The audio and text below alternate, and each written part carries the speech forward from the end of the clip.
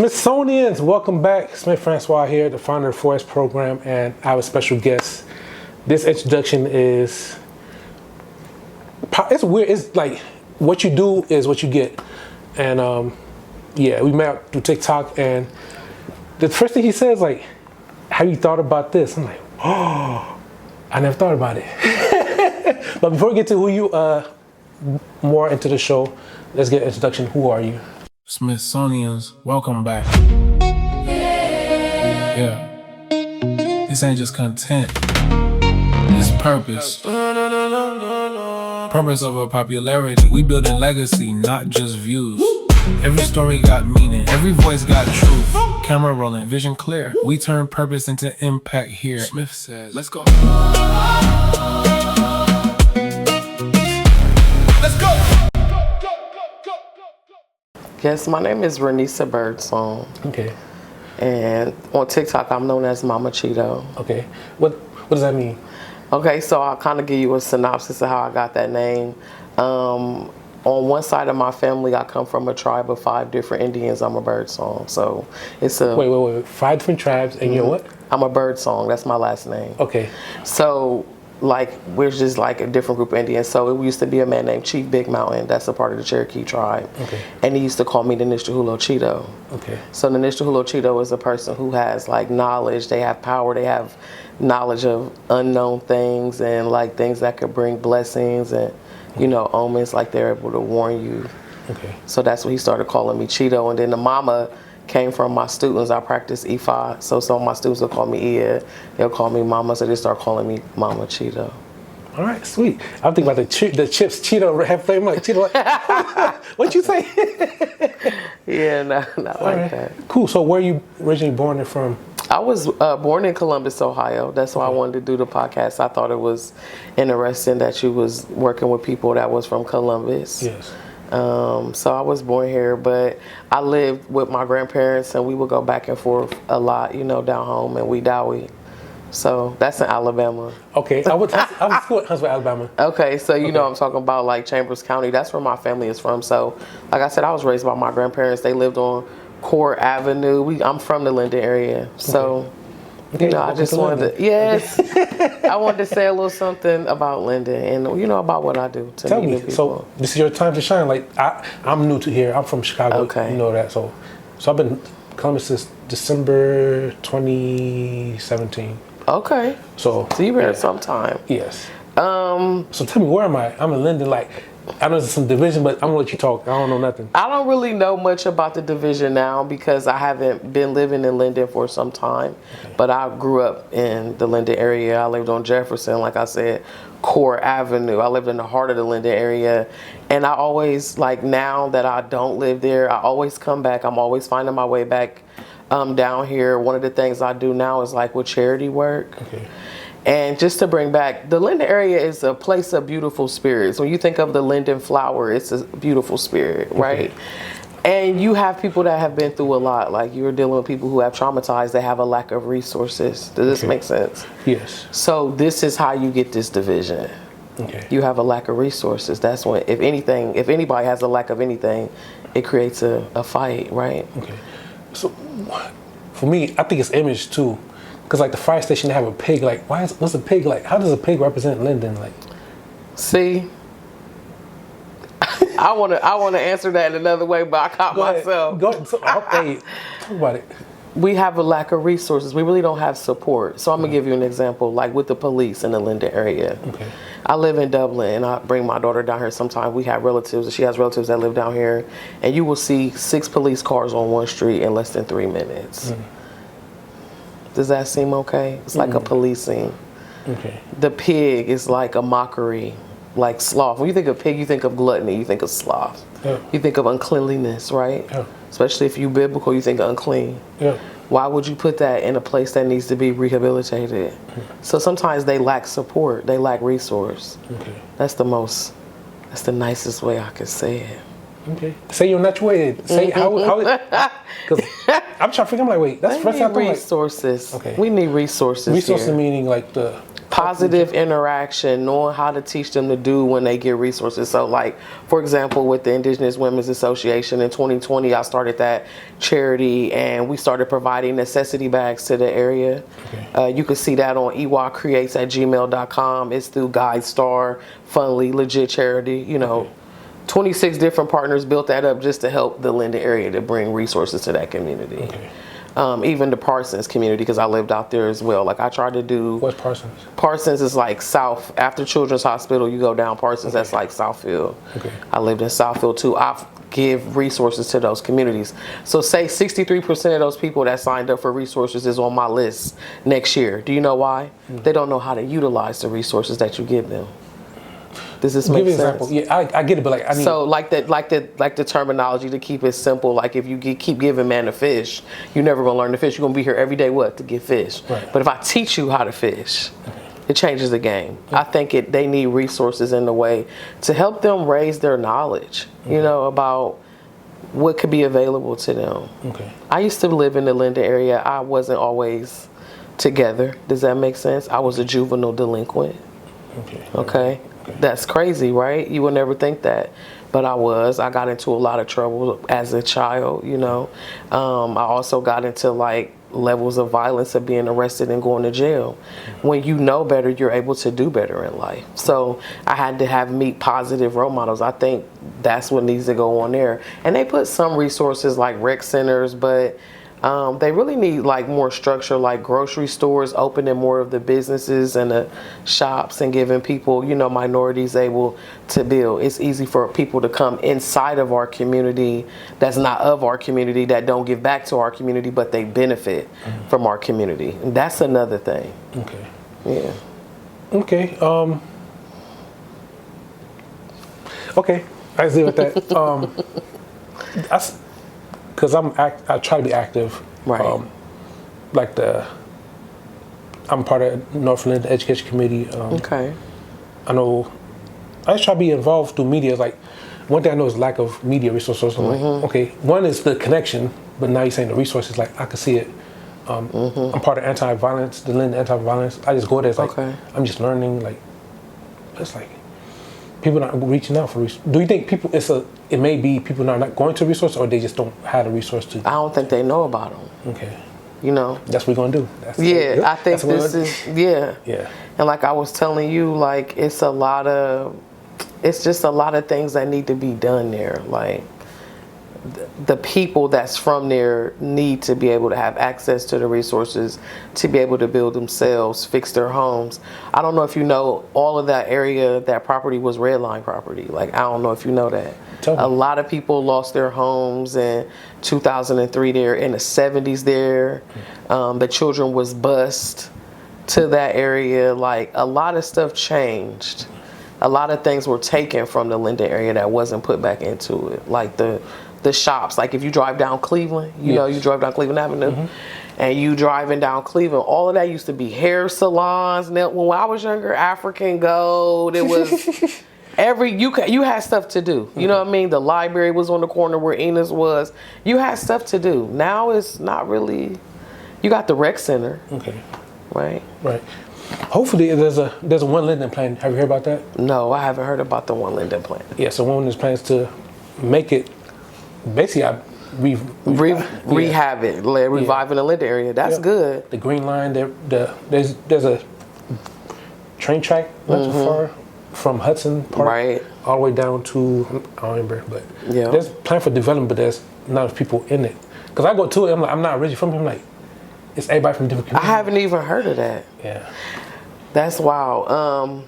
I haven't really been connected as much as I have been lately, because in like 2022, my spiritual business, like my podcast and stuff, took off.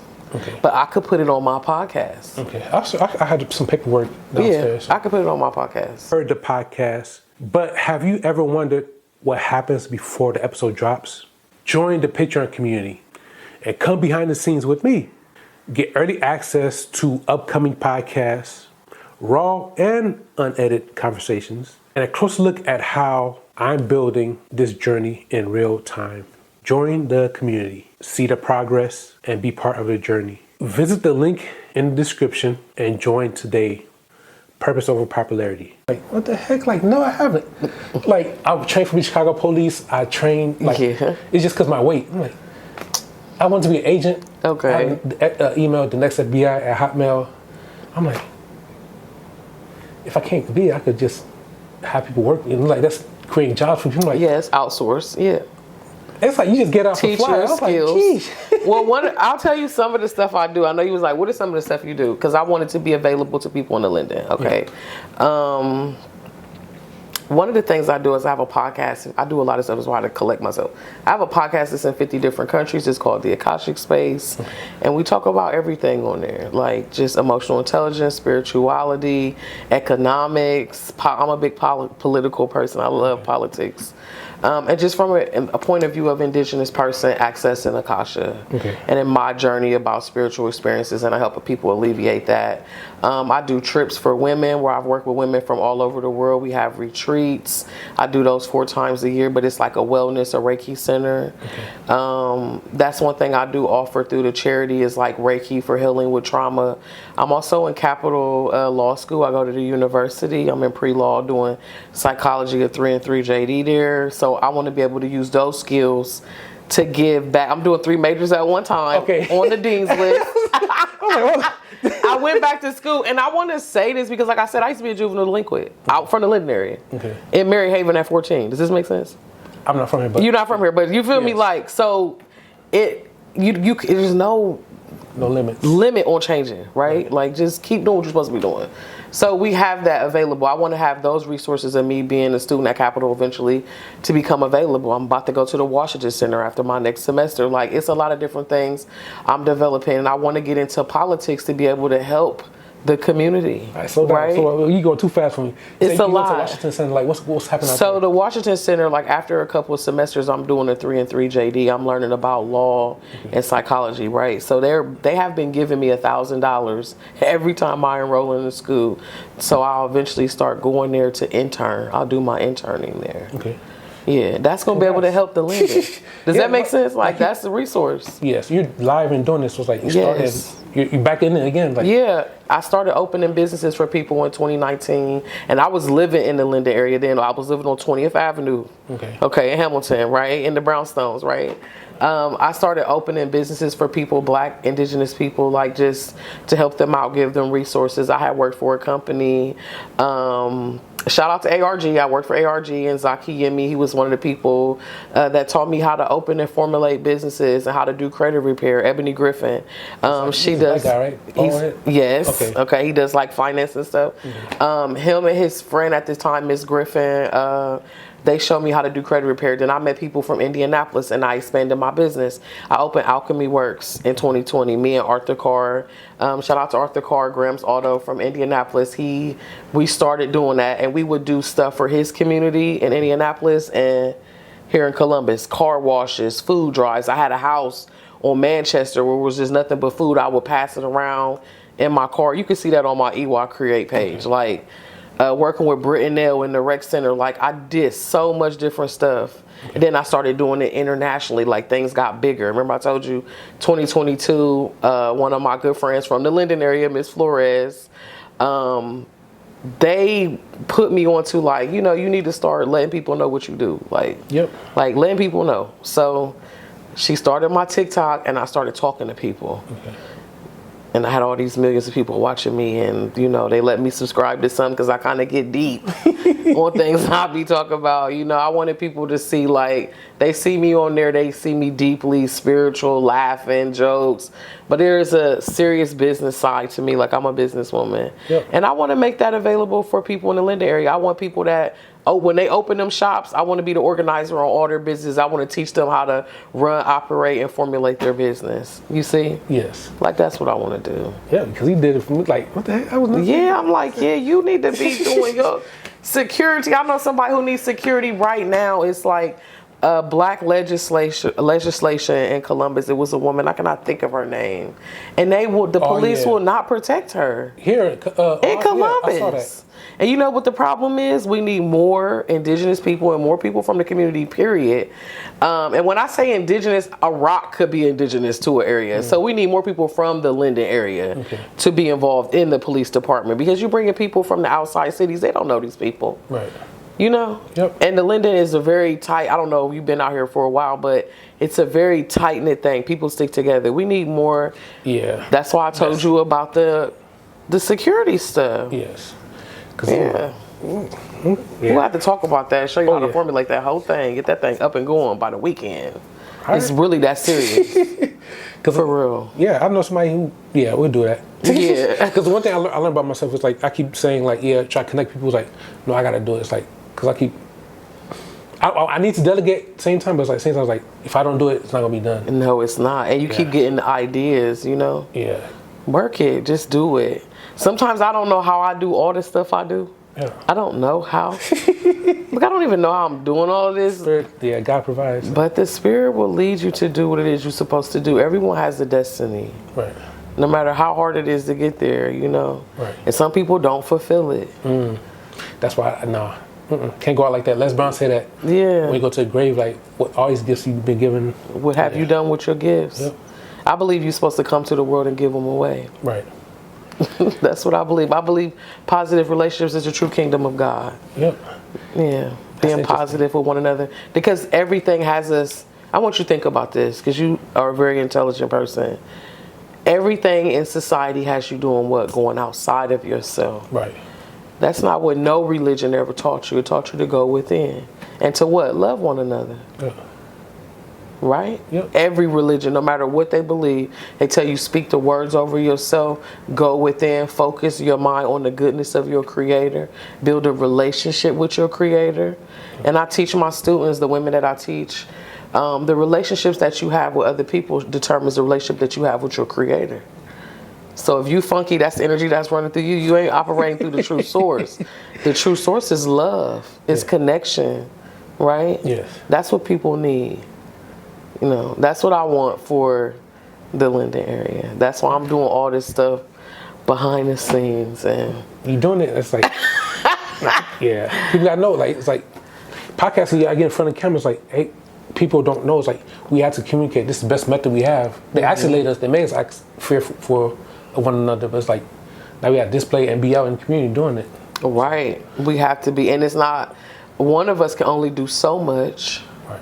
So if we all here to help and we all link together, we're going to get done fast and we're going to go far. Yep. Because we collective. Okay. You're into politics. So yes. Let's talk about we do it. We give to the community. Okay. What about Tuskahoma, like when they bomb the cities like Haiti? Like every time they displace us, the Brownsville neighborhoods, like what's the solution for that? Okay. So I'm about to get deep on you a little bit, right? That happens because we deal with stuff with people who their spirit isn't correct. If you have to put your foot on somebody else's neck to feel tall, you're not tall. That come from insecurity, that come from weakness. When people operate like that, it come from ignorance, because they could benefit too. Yep. You have to be able to have a certain level of spiritual protection when these things is established. We as indigenous people, black people in America, our history of religion and spirituality and how we are has been interrupted. Greatly. Does that make sense? Yes. So sometimes we can't achieve certain things because we're not connected to what we're supposed to be connected to receive that. Yep. Can I say it in that way? Yes. Okay, I'm trying to keep it. I'm trying to, this whole thing makes me nervous. I might seem like I know what I'm doing, but this makes, like just talking openly on camera. Yes. I'll be behind the scene on the podcast, or I might be on. This is me practicing, like. Okay. Like, it helped me networking, like, getting people, like, leaders, like, I'm connecting, like, you, like, you've been in your communities, like, you're leaders, like, that's what I've been doing, like, behind the scenes, but right now we have to showcase, not me, have help amplify. Right. That's why I do visual resume. That's why I brand, like, purpose over popularity, but people visual resumes, like, people saying they're doing this, but people don't know about one, and I'm like, nobody knows, or it's not gatekeeping, but it's like, just people just don't know how to share it. That makes sense. Yeah. They need an outlet. Yes. Or they have like a small outlet and it's only hitting who they know. The mindset, it's like they think it's dumb. It's like, that's why I separate myself from community organizations. But you help me get back to it. It's like, everybody think because they did it, they had to pick and choose, and they pick and choose wrong. It's like, everybody has a strength and weakness. People not understanding, like, you have to operate as a community. It has to be communal when it's time for us to collectively heal as Black people in America. Yes. Because you think about it, if this system feeds on pain, does this make sense? We suffer. Everybody's suffering at different levels. No matter if you to the poorest to the richest, it's a level of suffering. No one escapes suffering. Right? So as Black people, brown people, whatever we calling ourselves now, we have to know how to work together. That's something that they've taken from us. Yeah. It's community. We knew how to stick together. Yeah, it's been on the Haitian flag. Unity is strength. Right. Yeah. See, so we don't have that, and that's what has to be brought back. And we have to begin to realize that when we start establishing certain things like that, a level of protection is going to have to come with that. Yeah. It may not always be orthodox. It may not be what we was given or what we inherited. Sometimes Black people, we inherit religion. We never knew what that was. Yep. They taught us that. That's what we was taught, right? And that changes a lot of things. Like I tell people, this is wild, but it's a true story. In my ethics class, I learned how to build a city, how they formulated the city, you know. You masterminds. Like I'm just saying, they going back to BCE, telling how the city of Rome was formed and what these different things mean. And I thought it was funny. Like I told you, my Baba had told me like one day you're gonna build a city, and I went to school and learned how they built the city and controlled the populace. And religion did that. Does that make sense? Yes. That's in my ethics book. So this was ethics. If you build a city, is that a good thing for the community? I think building a righteous city with good ethics is good. Because if I could build a city, like for example, like with the children, I was doing this maybe 4 or 5 years at the rec center. I was teaching them how to meditate. Now watch this. This whole society is built on emotional regulation. Yep. Can you regulate if somebody take you there? You know, we in South Linden, they might draw down on you if they ain't regulated. So I taught children how to meditate. Now, if I put that energy just to meditate, not ruminate, but to meditate. They little.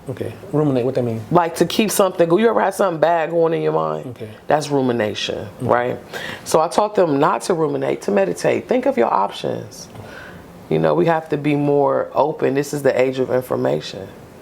It's a lot of things that's going to be revealed to you. Like with our politics, we never knew that all that stuff was going on with them people in government. Does this make sense? Yes. Yeah. We going to keep it cute with them. We never knew they was doing all of that.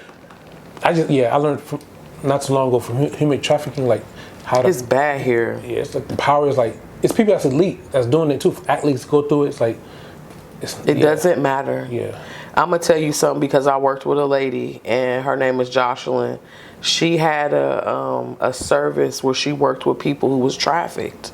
So say you get caught in Ohio for human trafficking, they may take you to Detroit, back where you was from, and she could be 15, 16 years old in jail on prostitution charges, but your mom looking for you in Ohio. They've been doing that. That's how the girls is getting lost in the system, being trafficked. You got about 150 women, I think in like a week, that go missing from this area today, and you don't ever even see it on the news. That is a problem. Yep. Does this make sense? Yeah, because at the summit is like, this is new. Like the summit is like I don't know what number it is, but it's like, it's fresh. It's like, it's just now being, but it's not systemized. It's not complete. Now you think they had this thing where they tracked this man and this lady to her house where she drove to and back and arrested her, and you can't find people that's tracking and stealing people's children? Oh. This is a question, Yeah, it's like. Does this make sense? Yep. You got police that patrol neighborhoods and target. They got target lists. I don't know if you ever heard the story about the Columbus police. No. Sometimes they'll have target lists where they target certain people. They target certain areas, allegedly for crime. But it's women and children being snatched in broad daylight from malls. These are just questions that I feel when I get into politics that need to be brought up. Yeah. What is happening to our children? The children is the future of the city. Yeah. How can I have a city without children? Yeah. Does this make sense? Yep.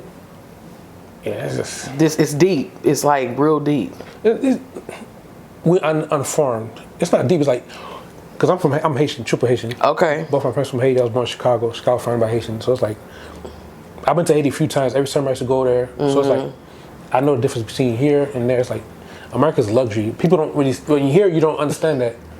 But it's like, people in the rural areas, like, oh, they understand. It's like, it's the difference between city and rural. Right. So I understand both. So I could survive pretty much anywhere. But not everybody has that resource to do that. It's like the knowledge to do that. Yeah. Yeah. So I definitely understand. Dude, it's a rough place. It's a lot of stuff that could just be, made better easily by, certain choices. Yeah. So tell me more about you. Like you do. So you're a professor. like what don't you do? No, I do podcasting, the Akashic Space. We have the Indigenous Women's Association. It's a 501c3 nonprofit of Columbus since 2020. I have Alchemy Works since 2020, where I do all my trips that I do, audio, visual, classes, all of that stuff. I have TikTok. I do social media content creation. I'm in law school right now. Okay. These are all the things I got going on. All right. So my question for you is, you beat this system. So what do you have to say for somebody that's going through it right now? Emotional regulation. I want to say the decisions that you make determine how much you love yourself. Dang, that's bars. A lady told me that. I can't think of her name. I was watching that and she said that a while ago, and I'm like, that is really real. Oh. And I just started doing that, like, well, if I love myself, I would do this. Okay. And some of us have to find self-love. We have to find emotional regulation. We have to find financial freedom. We have to find who you are spiritually. A lot of people don't know who they are. They just existing in survival mode. I think we'll tap back into our enrichment of who we are when we begin to emotionally regulate. Okay. That's what I want, emotionally regulate. I want that for the Linden area. Okay. Yes. Okay. So how can people find you? Like what platform and how people? I'm on TikTok at Mama Chito. The Akashic Space podcast is on Spotify. That's where you buy the audio. I'm on YouTube at Sirius Like the Star, Be So 8739. Where else? I'm on a lot of different platforms. iHeart, Pandora. I said Spotify. What? Different countries. I'm on a lot of different podcast places. LinkedIn. I'm on LinkedIn. Okay. I'm like everywhere that you could find. For the charity, GuideStar, Fundly. You can even donate to my charity off of Instagram. Okay. Like I'm everywhere that you can be. I try to do my best with my, spreading my information, but, Okay. So, two-part question. Mm-hmm. How do you feel about social media and AI? Oh my God. Okay. So this is so funny. In my ethics class, my last assignment was a 6-page dissertation on AI and ethics, right? Okay. In the 1940s, they created AI to mimic the human brain. Did you know that? No. So the AI is mimicking your human brain. Now watch this. Through all these years on Facebook, they say, what are you feeling? What are you thinking? Right? On Instagram, it say, what's the word for today? So we putting in our information. Oh, I'm feeling cool. I'm feeling supernatural. I'm feeling dynamic. I'm in the air today. I got motion, right? We teaching them how to be a brain. Okay. Right? Yes. And now they got computers that's ordering stuff. Did you see Elon Musk's computer ordered a body he wanted to merge with the dog robot? Like AI is taking over. It's good, but sometimes it could be the ethics of it is corruptible. So explain that, the ethics. What's the concern? The ethics of that is like, for example, Socrates used to believe that you had, in order to be able to read and convey the information, in order to have soul. Knowledge come from soul. Okay. Like Experience. you Haitian, right? So in African traditional and indigenous traditional religions, we learn from what? Mouth to ear to mouth, right? Right. That bring wisdom. It's a level of wisdom I'm sitting here conveying information to you. Right. AI is somebody telling you what to think. So they got a lawsuit recently. A young lady unalived herself because the AI system told her that she was God. Her family is suing the Meta. See how that could be? She couldn't emotional regulate what they was giving her with that information, and she done unalived herself. Now her mother is suing the people from AI. Okay, great. So how does family come into play? So what is the family role in society, government? Like, what's the barriers? Like, What you mean, kind of? so for technology, like, all right, per control. Okay, think of this. I want you to think of this because I wrote about this in my paper. If you have people who are biased, Nolan Wells' case, they bias on releasing information. Imagine if AI was in control of that. In the medical field, because the computer could do certain surgeries that a normal human person can't. Okay. Right? But Cancer, all that things. yes, but it depends on who is the programmer of this computer. Correct. Because the programmer is controlling the computer. Okay. Do you remember when they released the AI robots that Elon Musk made, and they all had immigrants? They talk like black people and Latino people. No. Yeah, I thought that was weird. See, he done made the robots have ethics, like they have ethnicity or something, but they was robots. Okay. That's interesting. I haven't seen the. Oh yeah, you gotta look it up. I studied about that for like months. Okay. Cause Kai Cadet, you know about him? Oh, He's a streamer. Yeah. Okay, I know you're talking about. Cause he had a robot, a human robot. I don't see him do it no more. Like, well, I haven't heard him talk about it, but I know they had it when it first came out. They bought it. That just popped in my head. Look up Sophia the robot and what she told him. Sophia. Yes, Sophia was a robot that they created and what she told them. And you're going to be like, oh, wow. So this AI could be a very good thing and it could be very dangerous. Okay. So that asks me. That's the ethics. Ethics is more like evil comes about when you operate in self-interest. Even if you was doing it for good, Okay. it could become evil. Ooh, say that again. Because it's Evil is self-interest. Yeah. self-interest. True evil is self-interest. Okay. Does that make sense? Okay. I never heard that. No, it's real. You could be doing something good and like now you like I'm recording, I'm meeting these people, but you could be like, oh, at first it could just start out like you doing it for the community, but then somebody like, oh, I watched the interview you did with them, I'm gonna give you $5 million to this. Now you like, ooh.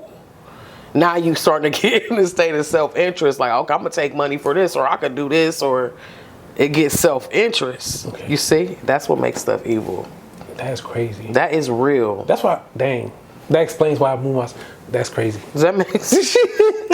I'm serious. It can be. Self-preservation is the first law of nature. See, I operate through nature. Yeah. That's the only thing I could prove that's here. Right. I operate through nature, right? I was raised very holistically, too. Okay. So, ain't nothing wrong with taking care of yourself. Okay. But when you become to a point where self-interest, like you only taking care of you, like okay, now you just stepped away from the community. Yeah. So I'm go back to the beginning. Mm-hmm. You say Indian, your tribe, and things like that. Yeah, so like Choctaw, Cherokee, Blackfoot, Yamasee, Seminole. So how did you go from that to being the juvenile issue? Because I was raised by my grandparents, so I was raised like in the church, right? Well, my grandmother was. My grandfather didn't really go to church much. He's very holistic. So I was raised by my grandmother in the church. And when I was like around 9, I went home to move with my parents. My father is from West Virginia, but they lived in South Linden since the 70s on 16th Avenue, on the ones, as they call it, off of Cleveland. Okay. And I was raised around things that was, I meet people in the neighborhood, people that's pimps and drug addicts, and these people is related to you or you know them. Mm-hmm. You grew up around them. So you get into trouble. Some of the bad habits I learned from school, going to Crestview Middle School, Linmore.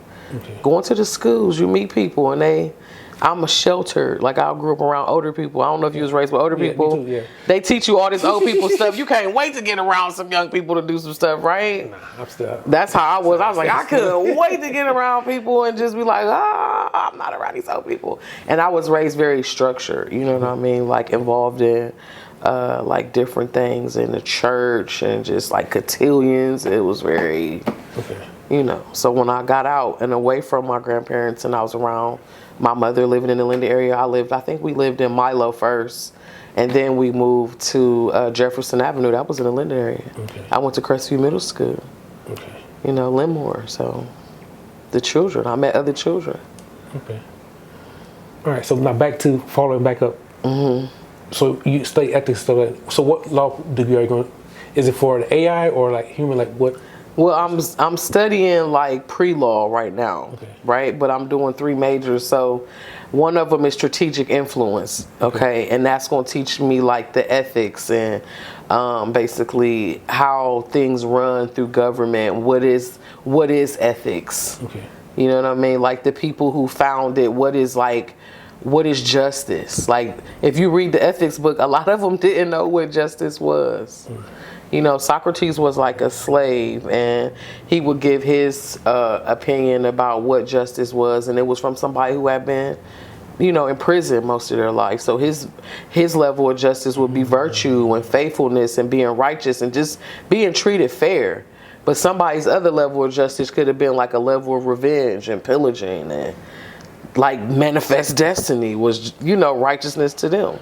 Does that make sense? So I noticed you haven't talked about colorism yet or gentrification. Like, I don't know if you talk about. Okay. I see you. You ain't talk about colorism. I'll be dodging it, right? All right. Like I said, I'm very spiritual, and we're gonna go high, and then we're gonna come back to earth. When you start learning more about spiritually who you are not your body, right? So I don't want to be like, because this person is black and he's white, this is why they act that way, because that's not always true. I'm from the Linden. I was raised around other white people that was just as poor as us. You know, I don't look at, I don't want to say I don't see color, because that would be a lie, because I see it, but I don't allow it to define the reality, because I know we operating off of the spirit of a person. Does that make sense? Because you got, during like civil rights and slavery, you had white people that was helping black people get free. I just believe that, and me going to Capitol has showed me certain things. A lot of people don't want to lose their fragility. Does that make sense? Explain it. Okay, I just don't know the term. I get it's like sensitive, but I don't. Yeah, like, so for example, some white people ain't even racist at all. They don't condone it. They think it's disgusting. But if somebody, like say we was in a setting and somebody was do something racist, they not going to say nothing. Because they're going to be pointed out like, oh yeah, she defended them when I said. That's going to make them lose their place with them. Because they get ostracized when they help us. You know, they cut them off. That's them losing their fragility, their access. They're not going to, a lot of people ain't going to do that. I was taught by a man named Stephen Harvey. He was one of my professors. He taught me to use my voice. You know what I mean? He played a trick on us in class. It was a girl. First day of class, I'm in there, right? And it's a girl. He already knows her, but they didn't plant this out, but we don't know this. He kicks her out the class, right? And I was about to go, wait a minute, why you kick her out? It's like the first time I go, why? And something said, no, don't say that to him, because you ain't see what she did. And he was like, you was about to say something to me. I was like, yes. I was about to ask you, why did you kick her out the first day of class like that in front of us? But I didn't see what she did, so I didn't say nothing. He was like, I want you to start using your voice. Because when you use your voice, like we using our voice, meeting people, connecting, you change the whole world when you use your voice. You an indigenous man. You a black man. You filled with melanin, condensed sunlight. We filled with carbon. That's the oldest molecule. The words we speak is wrapped around carbon, which is old as time. We penetrate in the back of the universe with our thoughts and our things. That's why no matter how much they try to burn it down, it's still coming back bigger than better than ever. How is you suppressing a person that has a 400-year head start? Yes, racism and being colorist and all that is real, but it doesn't exist in my reality. I don't want it to exist. I know we operating with the spirit of some of these people. Right? Yep. Let's say that. Sweet. Yeah. All right. You heard the podcast, but have you ever wondered what happens before the episode drops? Join the Patreon community and come behind the scenes with me. Get early access to upcoming podcasts, raw and unedited conversations, and a closer look at how I'm building this journey in real time. Join the community, see the progress, and be part of the journey. Visit the link in the description and join today. purpose over popularity. So there's colorism, but there's not colorism. It is, but it don't. Certain things I don't allow it. You know, emotional regulation. Okay. I don't allow certain things to regulate. I don't operate with that. Okay. I know we operate from the spirit. These people, it's what's their spirit. Okay. Does that make sense? My granddaughter is half Caucasian. Okay. I got nieces and nephews that's Caucasian. You see what I'm saying? Yeah. My father's side, half of my family is Caucasian. Okay. Is some of them right? My aunt was a white woman. Ruby Long told me when I was 9 years old, some white people ain't right, baby. My white aunt. Does this make sense? Yes. So I learned to judge a person by their spirit. It does exist. I would be a lie to say racism don't exist. Oh, it does. And it's alive and well, especially in Ohio. Oh. Yes, it is. How deep in politics do you want to get into? Go ahead, you can ask me something else. It is. So how do you feel about the governor defending the Haitians in Springfield, Ohio? How do I feel about him defending them? Yes. Because Our governor, he went to Haiti, wasn't like, why only Springfield? We have Haitians everywhere, like Columbus, like there's different pockets. so he's not defending him where he is. He's defending Haitians in Springfield. Oh, he Like, should be. Because just because you come from like, think about this. Like, let's be real. I come from people that's really from Tom area. You know, this is what this is. This is what America is. Okay. Everybody here then came from somewhere else. How is you going to tell them? Because they came from Haiti, they can't be in America. Oh. And everybody that came from everywhere else. How you going to try to tell somebody how to control land that you stole? At least they paying to be here. Oh. Does this make sense? Yep. He should be defending him. Because America is a melting pot. This is you like we gotta get to the point where we can't keep letting the same stuff regulate and control the narrative. Like, come on, you know. Yep. So I was gonna leave it at that. I was gonna more politics, but I won't stop at that. So the question I always ask is, what does purpose over popularity mean to you? I've always been the popular loner. Like, everybody think they know who I am, but I'm always by myself because I'm always in my purpose. Okay. And I think that means to me just being in your purpose, operating from your authentic self. Okay. That's one of the highest vibrations down here. You don't have to be popular. Nobody has to know who you are for you to move things. Okay. You know? Okay. So I think it's beautiful what you're doing, meeting people that's operating in their purpose. All right. Appreciate you for coming on. I'm thankful for you having me. Thank you. No problem. So is there anything I missed or didn't cover towards the end? No, I think we had a wonderful conversation. I can't wait to see what comes out from it. All right, cool. You said some heavy hitter stuff like that.